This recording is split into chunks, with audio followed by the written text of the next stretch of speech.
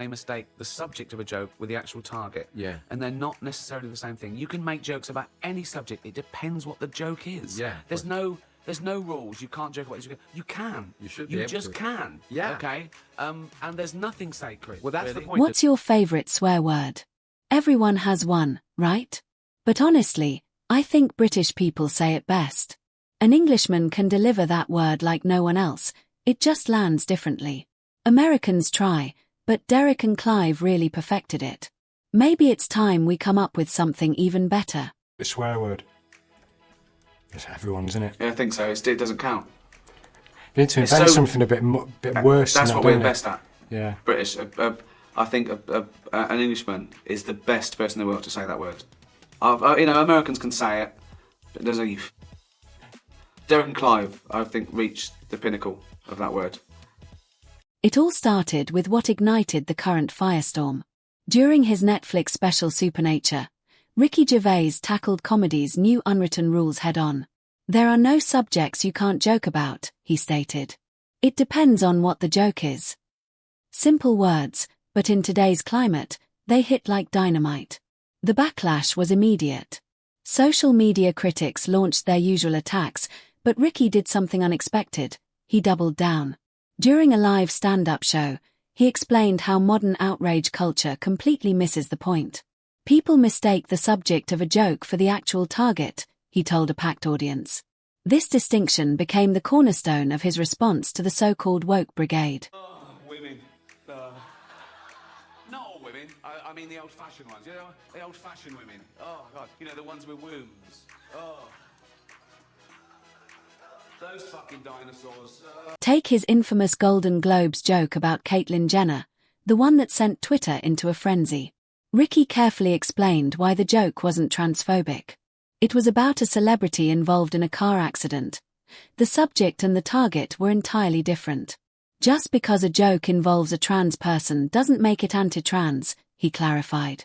That's like saying a joke about Bill Cosby is automatically racist. Well, I didn't have to worry about offending anyone because it just happened, so... And the big controversy last time I did it was a Caitlyn Jenner joke, right? Oh, outrage on Twitter the next day. And by outrage, I mean a couple of people going, it was transphobic. It wasn't transphobic in the slightest. It was a joke about a trans person, but the joke had nothing to do with that aspect of her existence. And that's the other thing about offence. People get offended when they mistake the subject of a joke with the actual target, and they're not necessarily the same. I'll tell you the joke. You make your own minds up. Right. So, it's live, so they go, and now your host for the 68th Annual Golden Globe Awards, please welcome Ricky Gervais. They go, and they're all clapping, all the actors are looking up, smiling at me nervously. It's brilliant, right? So I just go, relax. I'm going to be nice tonight. I've changed. Not as much as Bruce Jenner.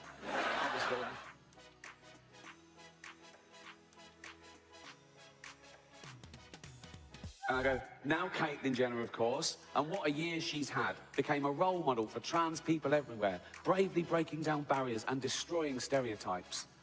She didn't do a lot for women drivers, right? So, that's a clever joke, and I'll tell you why, right? It's layered. No, listen, right? The subject of that joke is stereotypes. I'm playing with the notion of stereotypes, right? So I start off saying she's a real woman. Some would say a liberal, progressive attitude. Then I go, oh, if she's a real woman, I hit them with the old-fashioned reactionary stereotype. She must be a bad driver then, right? And the target of the joke is a celebrity killing someone in their car. Let's not forget that, shall we? A celebrity killing someone in their car, running home and popping on a dress. That's the target of the joke, just so we're clear, okay? She was interviewed about a week later at some press conference for a show she was launching, now cancelled. And the press were around and one of them said, what do you think of the Ricky Gervais joke? And she went, maybe I should host the Golden Globes, right? And they tweeted that and they atted me in because they want a celebrity feud, you know? It was clickbait, so I rose to the bait, obviously. I just sent back, let her host, just don't let her drive.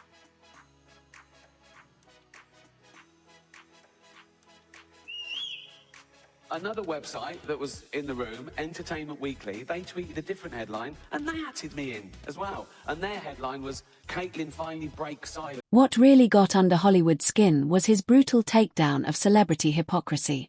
Picture the scene, Ricky standing on stage at the Golden Globes, staring down a room full of the world's most privileged people, proudly wearing Time's Up pins while working for companies with questionable labor practices.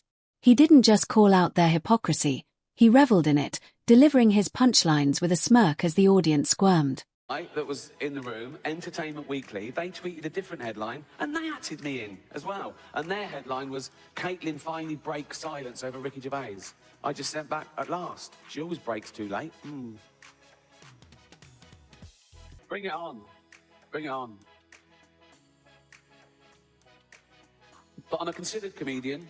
I like my jokes to be accurate and my targets to be fair. So I was engaging these people. I was saying, why is it transphobic? And they were saying, it's about a trans person. So well, that's ridiculous. That's like saying a joke about Bill Cosby is automatically racist. It depends on the joke. But I was talking to them, I'm willing to learn, and I found out my crime was that I dead-named her. Now, I'd never heard that term, before a day after the Golden Globes, and that was saying her old name, and even acknowledging that she used to be a man. But she did.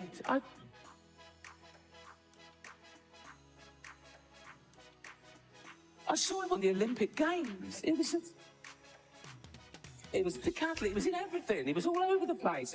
Shot put and pole vault. He won a medal. He was famous. He was on telly all the time. But a big, famous man with a huge. I don't know, but I mean, I'm guessing he probably he's a big. But I've learned my lesson. Now I'd never dead name her now. Now I know it's wrong. I'd never dead name her now. But like years ago. When his Netflix special became ground zero for the culture war. Ricky fearlessly took aim at everything sacred to woke culture, tearing apart the idea that certain topics should be untouchable in comedy. When people say you can't joke about something, that's exactly when you should, he argued. To him, comedy isn't about playing it safe, it's about pushing boundaries and challenging norms. Guys, Ricky G here, wellness and beauty influencer. As a celebrity, I know all about stuff, like science and politics. So trust me when I tell you who you should vote for. If you don't vote the right way, it's like a hate crime. It makes me sad and angry, and I'll leave the country. The beauty of Ricky's approach lies in its unwavering consistency. He doesn't single out or discriminate against any group, he makes fun of everyone equally. When accused of punching down, he delivered one of his most iconic lines, "There is no punching up or down in comedy, there's just punching."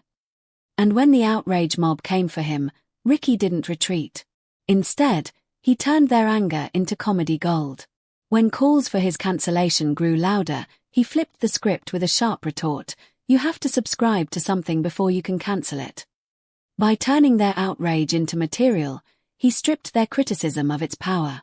People of colour were snubbed in major categories.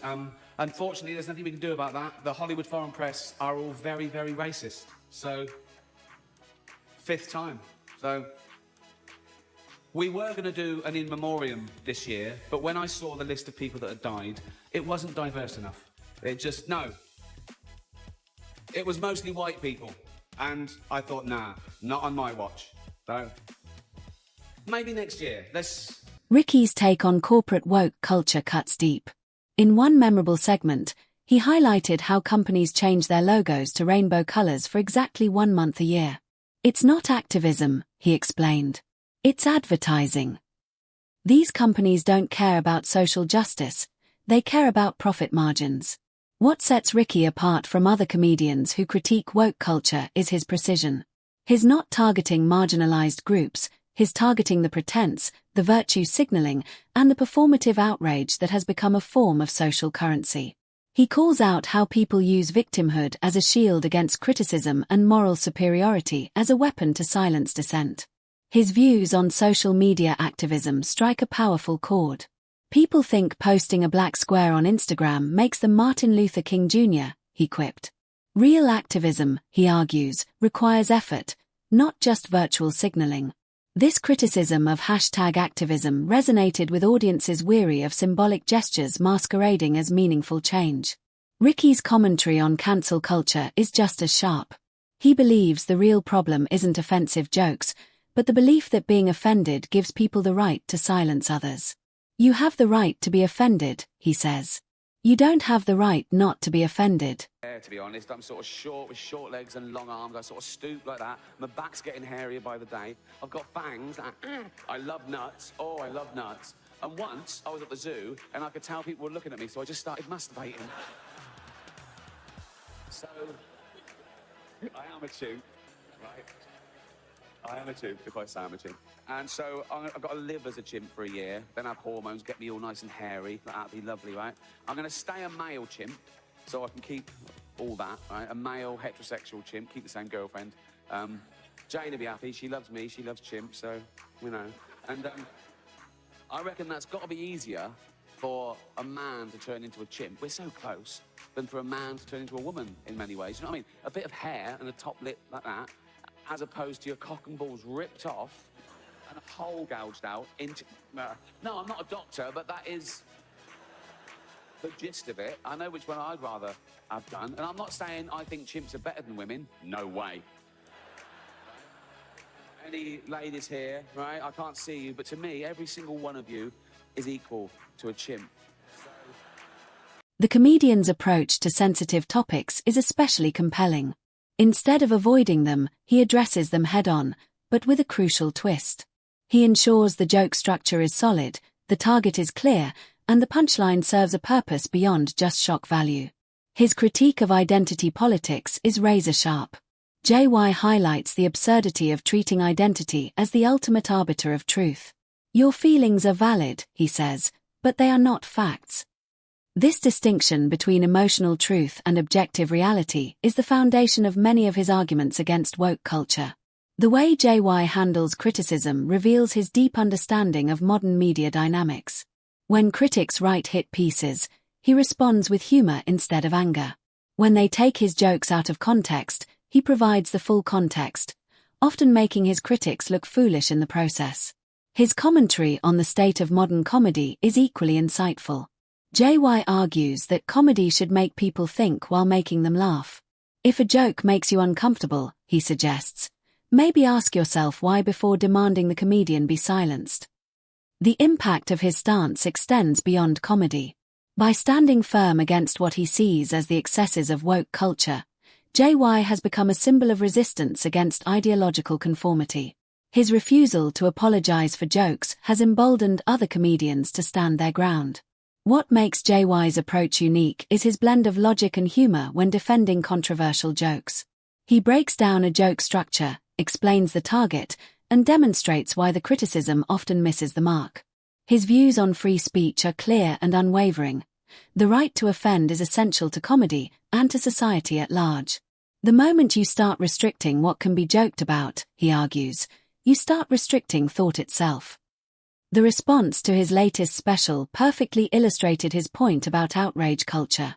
Critics rushed to condemn jokes without understanding their context, inadvertently proving his argument about knee-jerk reactions and superficial analysis.